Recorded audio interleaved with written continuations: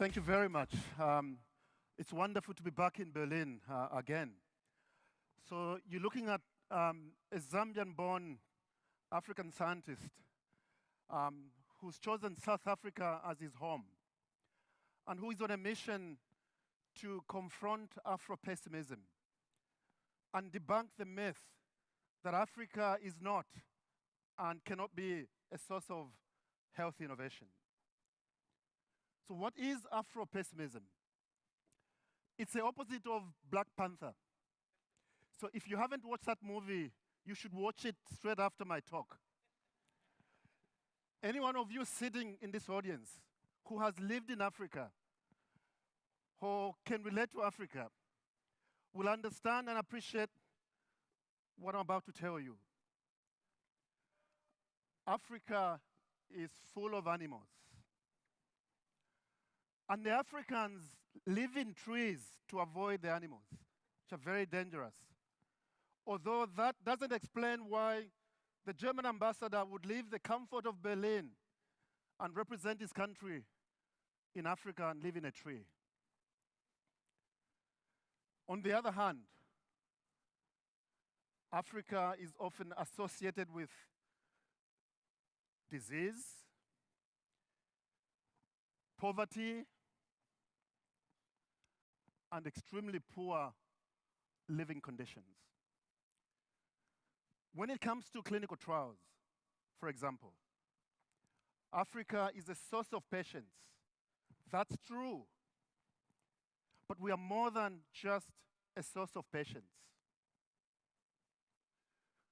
Often when you think about African medicine, there's often mysticism, sometimes quackery, that springs to mind when you hear the word African medicine or made in Africa, because it means it's witchcraft, it's juju.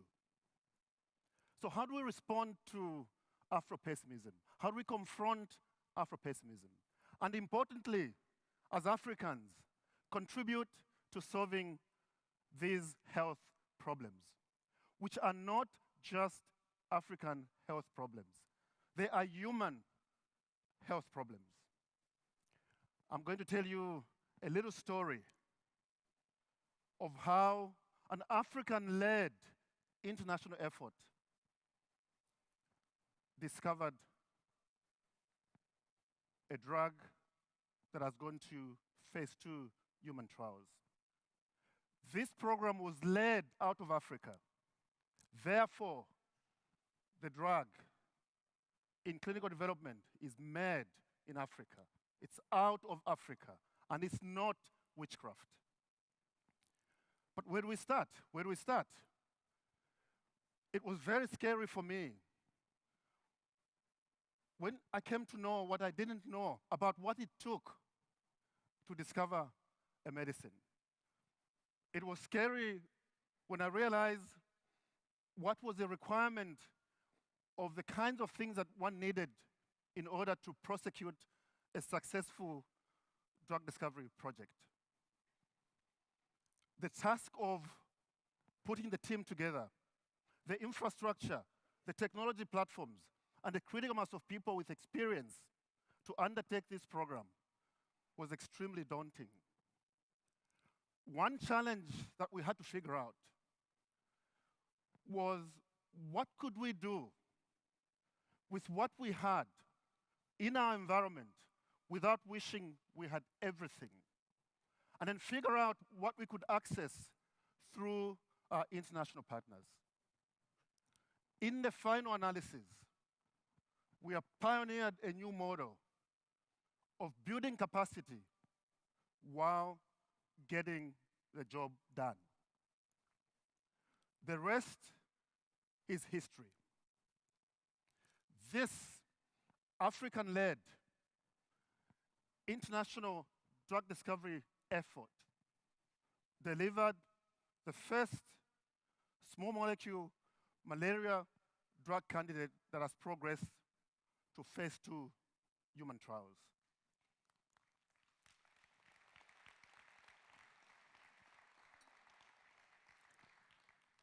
Secondly, This drug has an exciting profile, given its ability to kill the parasite at multiple stages.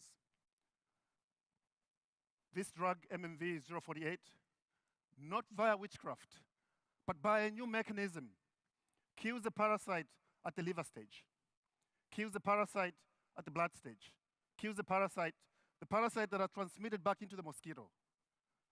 Really offers potential to offer protection, cures, and blocking transmission. We didn't do it alone. We could not have done it alone. But the most important message is that this effort was an international effort, but African-led. That's the most significant message here, that this effort was African-led. We could not have done it alone. MMV-048 is not the only story. In fact, it's part of a bigger story that I'm extremely proud of.